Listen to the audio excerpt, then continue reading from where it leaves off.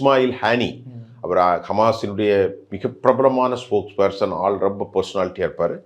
அவரை Masoud Pezeshkian, இந்தியாவில் உள்ள தலைவர்கள் கூட சென்றிருந்தார்கள். ஜெய்சங்கர் கூட போயிருந்தார் அந்த விழாவுக்கு. அவருடைய பதவி விழாவுக்கு பின்பு அவர் தங்கும் இடத்தை குறிபார்த்து பக்காவாக ஸ்கெட்ச் போட்டு தூக்கிட்டாங்க. அப்போ அதெல்லாம் யார் சொல்லுவா? அரசாங்கத்தினுடைய ரகசிய இடத்தில் ஒரு வெளிநாட்டினுடைய ரெபல்ஸ் தலைவர் தங்கியிருக்கிறார், இந்த அறையில் தங்கியிருக்கிறார் என்று சரியாக சொன்னது யார்? அவர் கூட இருக்கிறதா சொல்லியிருக்க முடியும். இஸ்மாயில் ஹானி கொல்லப்பட்டார். அதே போன்று யஹ்யா சின்வர் கொல்லப்பட்டார், முஹம்மத் சின்வர் கொல்லப்பட்டார், தைப் கொல்லப்பட்டார், அலி கராரி கொல்லப்பட்டார். அதே போன்று ஹிஸ்புல்லாவுடைய தலைவர் ஃபாத் ஷுக்கூர் கொல்லப்பட்டார், ஹசன் நசுருல்லா கொல்லப்பட்டார். இதெல்லாம் எப்படி கொல்லப்பட்டாங்க? அவங்க மேலேருந்து கேமரா வச்சு பார்க்க மாட்டாங்க, இந்த இடத்துல இருக்கான்னு இங்கேருந்து சொன்னால் கொல்லப்பட்டாங்க.